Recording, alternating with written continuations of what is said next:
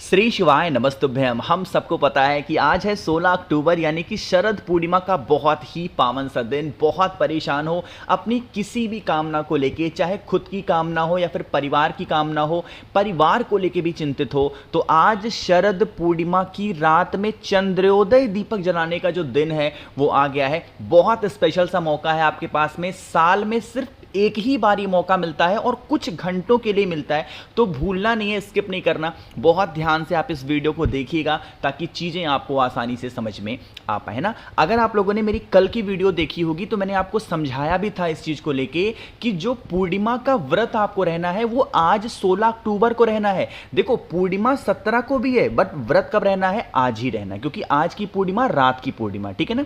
चलो, अब हम लोग सबसे पहले बात करते हैं कि वो दीपक भैया हमें कौन सा जलाना है। जब भी बात आती है चंद्रोदय दीपक जलाने की तो उसमें हमें पंचमुखी दिया लगाना होता है ना। अब कहोगे भैया हमारे पास तो पंचमुखी दिया नहीं है, अब हम क्या करें? तो वीडियो हम रात में देख रहे हैं। अगर पंचमुखी दिया नहीं है, बिल्कुल परेशान ना हो, ठीक है ना। क्या करना है, एक नॉर्मल सा दीपक आपके घर में होगा। अरे दीपक भी नहीं है ना तो मिट्टी का दीपक हो, या फिर आपके घर में आटा हो, आटे का दीपक बना सकते हो, ठीक है ना। क्या करना है, आपको जिस समय चंद्र देवता के दर्शन हो, जिस समय का मतलब ये नहीं कि कभी भी दर्शन हो जाए, जो इस बार पूर्णिमा तिथि स्टार्ट हो रही है वो हमारी रात को 8:40 पे स्टार्ट हो रही है। वीडियो कल मैंने बताया था, आपको समझाया था अच्छे तरीके से पंचांग दिखा के। तो 8:40 के बाद में आप इस दीपक को जलाओगे जिसका नाम है चंद्रोदय दीपक। ठीक, क्या करना है, सबसे पहला काम करेंगे, आपको उस दीपक को, कोई सा भी नॉर्मल दीपक लिया है, ऐसे ले जाकर के चंद्र देवता की रोशनी में रखना। जब चंद्र देवता निकल आए 8:40 के बाद में आप ले जाके रखेंगे। रखने के बाद में आपको क्या करना है, इसके अंदर बत्ती लगानी है। कौन सी बत्ती लगाओगे? लंबी बत्ती लगाएंगे, 5 बत्तियां। कौन कौन सी? जैसे एक बत्ती आप ऐसे लगा दो, दूसरी बत्ती आप ऐसे लगा दो, तीसरी बत्ती ऐसे लगा दो, चौथी बत्ती ऐसे लगा दो और पांचवी बत्ती कुछ इस प्रकार से लगा दो, ठीक है ना। लगा दिया बत्ती को। अब बात आती है भैया इसके अंदर हम डालेंगे क्या। देखो, जब भी ऐसा तिथि आती है पूर्णिमा का, तो पूर्णिमा तिथि पे ऐसा कोई नियम नहीं है कि घी का डालना, तिल का डालना, सरसों का। सरसों का तेल छोड़ करके तिल का तेल हो तो तिल का तेल का दिया, अगर आपके पास में घी हो तो बहुत अच्छी बात है, घी का दिया जलाओगे, ठीक है ना। नियम समझेंगे। जब भी मैं ऐसी वीडियो बनाता हूं दीपक जलाने की, मैं आपसे हमेशा कहता हूं दीपक को डायरेक्ट धरती माता के ऊपर यानी जमीन पे नहीं रखते हैं।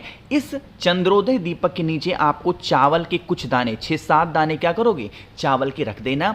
और अब बाद में हमको क्या करना है, इस बत्ती को जलाना होगा। जलाने के लिए हमें शिव पंचायत का स्मरण करना है। किन किन लोगों को शिव पंचायत का नाम पता है नीचे कमेंट सेक्शन में लिखिएगा, मैं भी आपको समझाने की कोशिश कर रहा हूं। जो सबसे पहली बत्ती लगानी है वो आपको लगानी होगी चंद्रेश्वर महादेव के नाम से। महादेव के लिए किसके नाम से लगाओगे? चंद्रेश्वर महादेव के नाम से। किसका नाम लोगे? महादेव का। तो पहली बत्ती जल गई। दूसरी बत्ती जब आप प्रज्वलित करोगे, विघ्नहर्ता भगवान गणेश, सनातन धर्म हिंदू धर्म के सर्वप्रथम पूजनीय देवता कौन है? भगवान गणेश के नाम की दूसरी बत्ती जलाओगे। जो तीसरी बत्ती आपको प्रज्वलित करनी है, जलानी है, जगत जननी जगदम्बा मां दुर्गा के नाम की तीसरी बत्ती जलानी है। जो चौथी बत्ती जलाओगे वो भगवान विष्णु के नाम की जलाओगे, चौथी बत्ती। और जो पांचवी बत्ती आप प्रज्वलित करोगे, पूरे विश्व, पूरे संसार में अपनी रोशनी से जगमग करने वाले भगवान सूर्य के नाम की पांचवी बत्ती आपको जलानी है। अगर आपको ध्यान होगा, यही वो 5 देवी देवता हैं जिन्हें हम शिव पंचायत में स्मरण करते हैं, ध्यान करते हैं। बस ध्यान ही रखना है, जो पहली बत्ती जलाओगे किसके नाम की जलाएंगे? चंद्रेश्वर महादेव के नाम से जलाना होगा पहली बत्ती को, ठीक है ना। जब यह दीपक ठंडा हो जाए, बुझ जाए, इस दीपक को उठा के किसी पीपल वृक्ष के नीचे चावल के साथ रख करके चले आना। जो तकलीफें आपकी फैमिली की होंगी, आपके परिवार की होंगी, वो सारी तकलीफें हमेशा के लिए खत्म जरूर होंगी, ठीक है ना। तो यहां पे हम लोगों ने बात कर ली है पहले उपाय की, जो कि हम लोग को चंद्रेश्वर दीपक का करना था। आगे बढ़ते हैं, इसी शरद पूर्णिमा के अवसर पर करने के लिए हम लोग अपने दूसरे उपाय की तरफ, जो कि हमें करना है धन संपदा। आज के टाइम पे मुझे नहीं लगता कि कोई भी ऐसा परिवार है जिसकी ये इच्छा ना हो कि भैया हमारे घर में पैसे ना हो ना। बहुत लोग इसके लिए परेशान हैं, भैया कर्ज में डूबे जा रहे हैं, पैसे ही घर में नहीं आ रहे हैं। तो आपके पास में ये मौका है अपने घर में धन संपदा लाने का, माँ लक्ष्मी को खुश करने का। उसके लिए सिर्फ और सिर्फ एक कमल गट्टा लेना है। यहां पे तो पूरी माला में दिखा रहा हूं, ये वही माला है जो मैंने लोगों को गिफ्ट दे रखी है ना। तो आपको मात्र एक कमल गट्टा लेना है, ज़्यादा नहीं लेना, ठीक। उस एक कमल गट्टे को एक तांबे का लोटा लीजिएगा, उसके अंदर देखो ये उपाय वही है, बस तरीका थोड़ा सा डिफरेंट है, समझने की कोशिश करिएगा। जल भरेंगे और जल के अंदर क्या डालोगे, थोड़ा सा गंगा जल डालेंगे, है ना। गंगा जल के ही अंदर, इस जल के अंदर जो एक कमल गट्टा मैंने आपको बताया, उस एक कमल गट्टे को डाल देना। फिर आप इस कलश को उठाना और आपके घर से जहां से भी चंद्र देवता के दर्शन हो रहे हों, उस समय आपको क्या करना है, उस कलश को चंद्र देवता की रोशनी में 5-10 मिनट या फिर 2 मिनट के लिए ही कम से कम रख देना, जिससे चंद्र देवता की जो रोशनी हो इस कलश के अंदर पड़े और ये जल क्या बन जाए, अमृत बन जाए, ठीक है ना। समझ रहे हो मेरी बात को। फिर जब रख दो, इस कलश को उठाना और उठाने के बाद में चावल का एक आखा दाना, जिसको हम लोग क्या बोलते हैं, खंडित चावल ना हो, बिल्कुल खड़ा खड़ा चावल का दाना लेना और पहुंच जाना आपके घर में जो महादेव का शिवलिंग है वहां पे। देखो एक चीज का ध्यान रखिएगा, आपके घर में महादेव का शिवलिंग होना ही होना चाहिए, इस चीज को निश्चित कर लो, है ना। नहीं है, देर मत करो, जितनी जल्दी हो सकता है शिवलिंग लाके घर में रखो। कोई कितना भी मना करे, किसी की मत सुनो।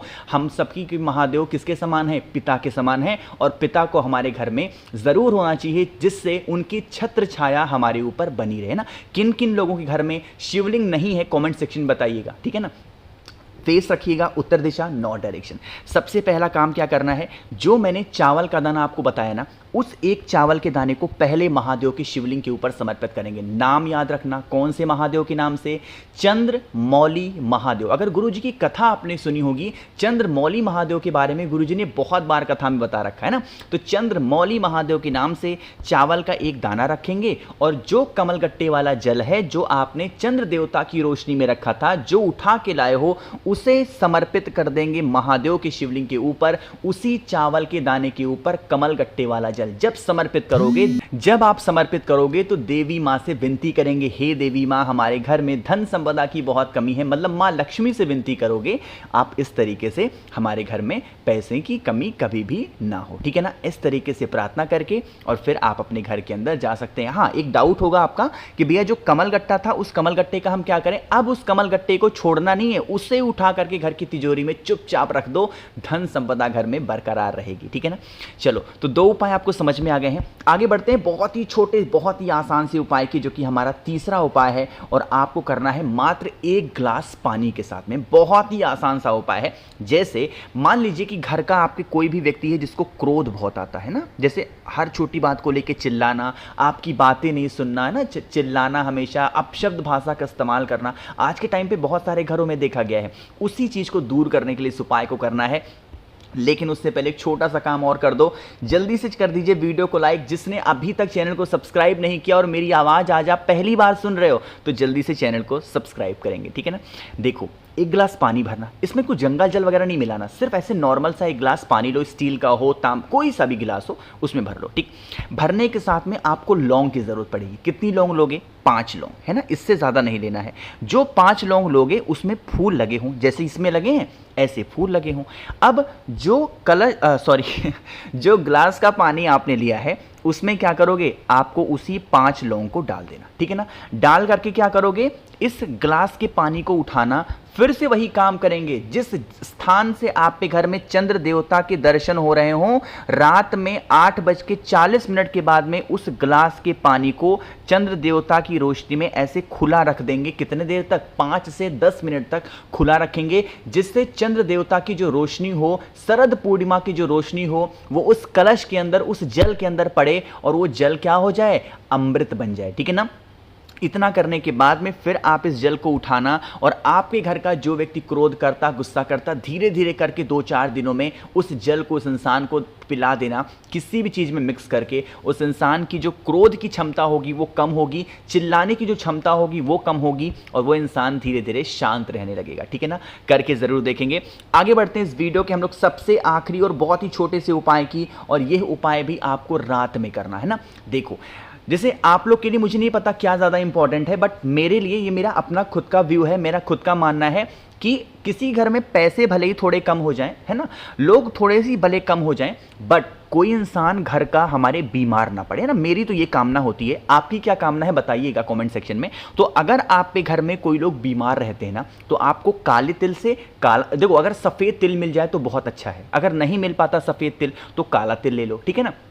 जो भी तिल मिल जाए उस तिल को लेना, और जो व्यक्ति घर में आपके बीमार है उसकी उम्र के बराबर काला तिल या सफ़ेद तिल ले लो, है ना। जैसे मान लो उस व्यक्ति की उम्र 25 वर्ष है, काला तिल या सफ़ेद तिल कितने लोगे? 25। उस व्यक्ति की उम्र मान लो 50 वर्ष है, काले तिल कितने लोगे? सफ़ेद तिल कितने लोगे? 50। मेरी बात समझ में आ रही क्या?